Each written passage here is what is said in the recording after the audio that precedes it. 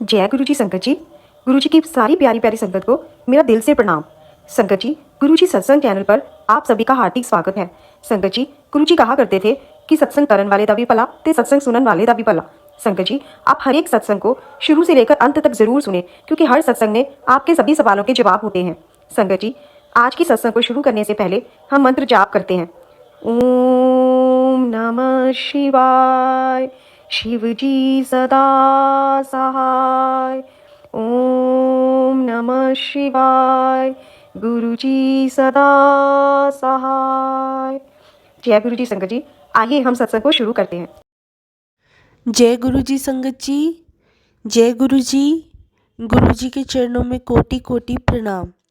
संगत जी, गुरु जी की कृपा से मैं अपना ये दूसरा सत्संग आप सभी के साथ शेयर कर रही हूँ, जिसके लिए गुरु जी का बहुत बहुत शुक्राना। जय गुरु जी, शुक्राना गुरु जी। दिल तो करता है बहुत नज़दीक से दर्शन करूँ आपका सतगुरु जी, पर क्या करूँ, ये आँखें आपके नज़दीक आने से पहले ही भीग जाती हैं। संगत जी, ये सत्संग महाशिवरात्रि का है। महाशिवरात्रि का दिन था।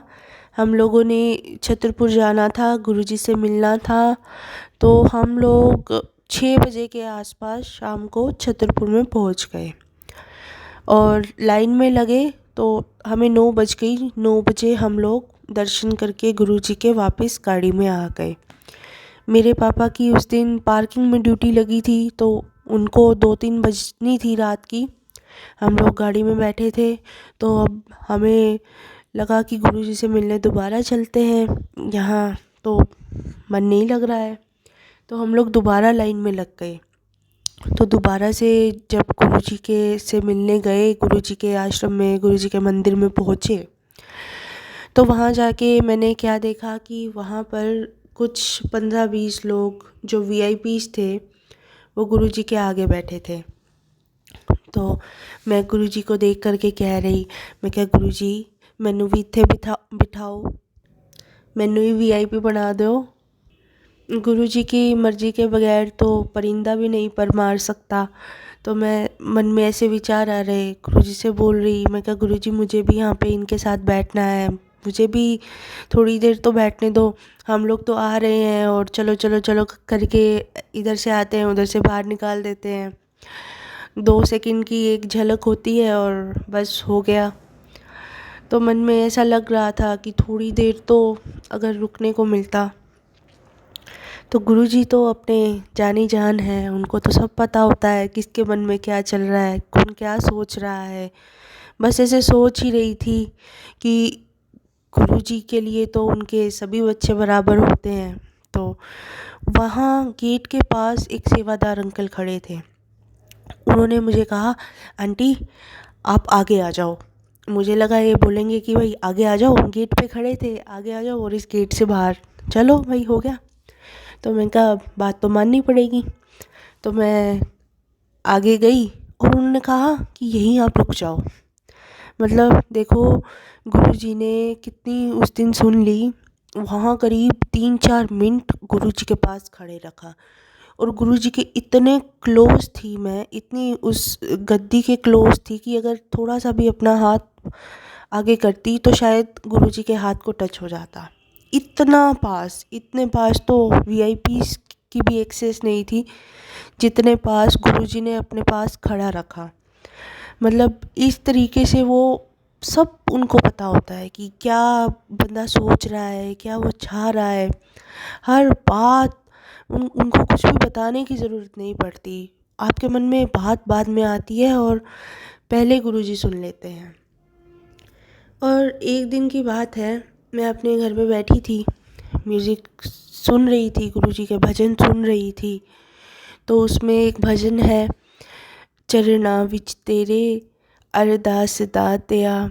ये भजन मैं सुन रही थी और बहुत मन से सुन रही थी। और इसमें जो 2-3 लाइनें हैं वो मुझे जो 2-3 शब्द हैं वो मुझे बहुत अच्छे लगते हैं। जैसे अरदास दातिया चरना विच तेरे, मैनू बख्श लो दुख हर लो मेरे, अरदास दातिया चरना विच तेरे, अरदास दातिया घर आवो मेरे।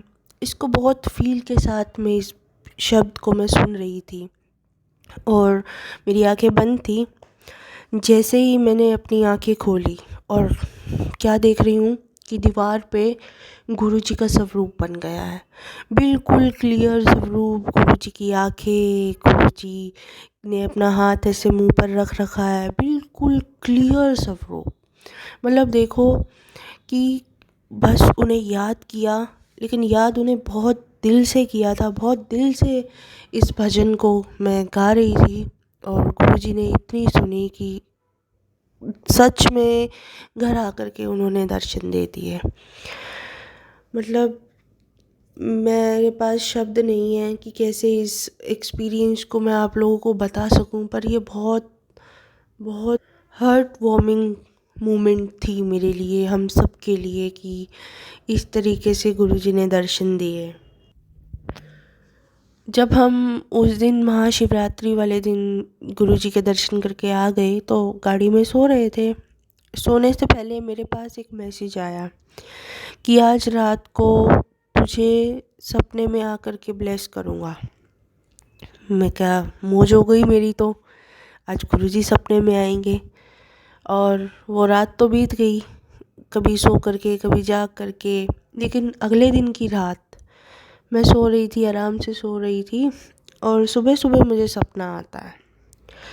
सपना क्या आता है कि मैं मेरे पापा के साथ बस में बैठी हूँ और हम लोग कहीं जा रहे हैं और उस बस में वाइट कपड़े पहने हुए एक वृद्ध वो मेरे पास आते हैं और मुझे कहते हैं कि मेरे पैर दबा।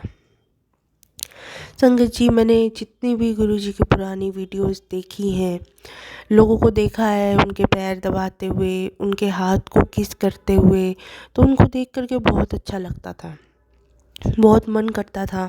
मैं जब भी गुरुजी से आश्रम में भी जाती थी, अपने घर पर भी, मैं कहा गुरुजी काश ये मौका मुझे भी मिला होता। अभी तो फिज़िकली आप नहीं प्रेजेंट, लेकिन काश कि मैंने भी आपके पैर दबाए होते, कितना सुकून होता। काश कि मैं भी आपकी गोदी में अपना सिर रखती और आप अपने दोनों हाथ मेरे सिर पर रख देते। काश, मेरी बस एक इच्छा है कि काश ऐसा सच में होता। और बहुत टाइम से ये बात मेरे मन में थी, बहुत टाइम से मैं सोच रही थी और हमेशा गुरुजी को कहती थी। मैं कहा गुरुजी काश, वो काश काश करती रह गई मैं। तो क्या हुआ कि उस दिन रात को जब सो रही थी तो वो वृद्ध अंकल आए पास में। उन्होंने मुझे बोला कि पैर दबा और मैंने देखा कि उनके पैरों में चप्पल नहीं थी और उनके पैर बिल्कुल ऐसे थे जैसे गुरुजी के चरण हों। मुझे नहीं पता, कोई अननोन मेरे पास में आ रहा है और मैं उसके पैर दबाने भी लग रही हूँ।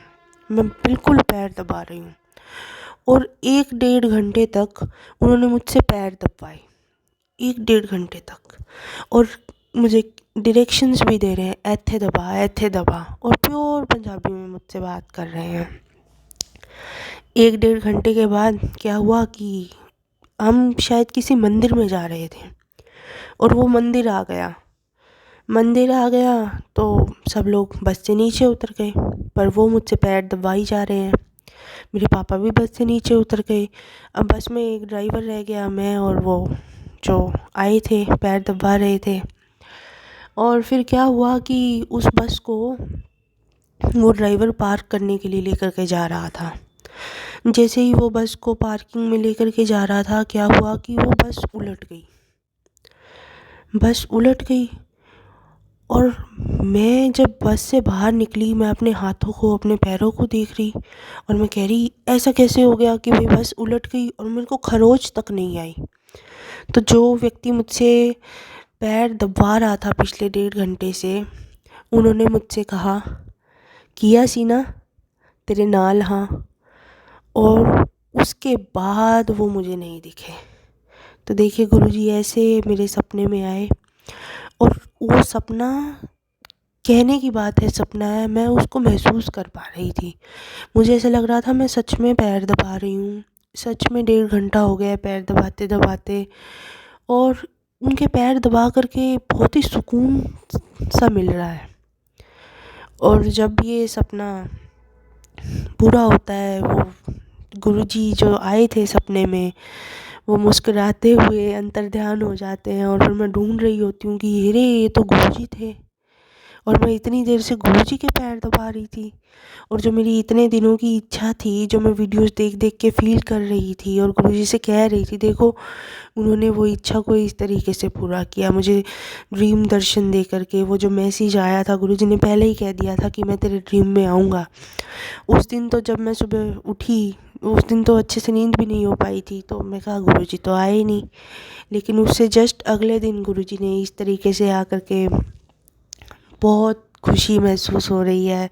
आप सभी लोगों को ये सब मैं अपने पर्सनल एक्सपीरियंसेस बता रही हूँ, गुरुजी के साथ एक्सपीरियंसेस बता रही हूँ कि किस तरीके से वो आपके दिल की बात जानते हैं, और उनसे कहने की ज़रूरत नहीं होती, उनसे मांगने की ज़रूरत नहीं होती। जब शुरू-शुरू में मैं छतरपुर जाती थी, तो मैंने सुना था कि जो भी इस शिवलिंग के नीचे से गुज़र गया, इसके पास से भी गुज़र गया, उसका भी कल्याण हो जाएगा। तो मेरे मन में भी होता था, अरे भाई आज तो मेरा भी कल्याण हो जाएगा। मन में ऐसी भावनाएँ आती थी कि मौज हो जाएगी अब तो। लेकिन अब जब मैं छतरपुर जाती हूँ, तो मन में ये होता है कि अरे आज तो गुरुजी को बहुत करीब से देखने को मिलेगा, और गुरुजी उस गद्दी पर बैठे होंगे, मुझे देख रहे होंगे, और सच में गुरुजी के पास जाने से पहले ही आँखों में आँसू आ जाते हैं। जैसे ही गुरुजी के पास जाओ, गुरुजी को देखने से पहले ही आँखों में आँसू आ जाते हैं, क्योंकि इमोशंस अटैच हो चुकी हैं गुरुजी के साथ में। और ऐसे इमोशंस अटैच हो चुकी हैं जिनको कि शब्दों में बयां नहीं कर सकते हैं। गुरुजी हर किसी से बहुत प्यार करते हैं, गुरुजी अपने बच्चों से बहुत प्यार करते हैं। जो भी गुरुजी की शरण में जाता है, बहुत ब्लेसिंग्स मिलती हैं। और सबसे बड़ी बात ये होती है कि हर पल आपको एहसास होता है, आपको महसूस होता है कि गुरुजी आपके साथ हैं। कैसी भी सिचुएशन हो, कुछ भी हो, गुरुजी कभी भी आपको अकेला नहीं छोड़ेंगे। हर वक्त आपका साथ देंगे, हमेशा आपके साथ रहेंगे। इस चीज़ का आपको महसूस भी होता रहता है। तो ये के साथ मैं सत्संग को एंड करती हूँ, और गुरुजी से प्रार्थना करती हूँ, गुरुजी अपनी कृपा सब पर बनाए रखें, अपने बच्चों से बहुत प्यार करें, सभी संगत को बहुत बहुत बहुत बहुत ज़्यादा ब्लेस करें। जय गुरुजी, शुक्राना गुरुजी, अनंतम अनंतम अनंतम शुक्राना गुरुजी।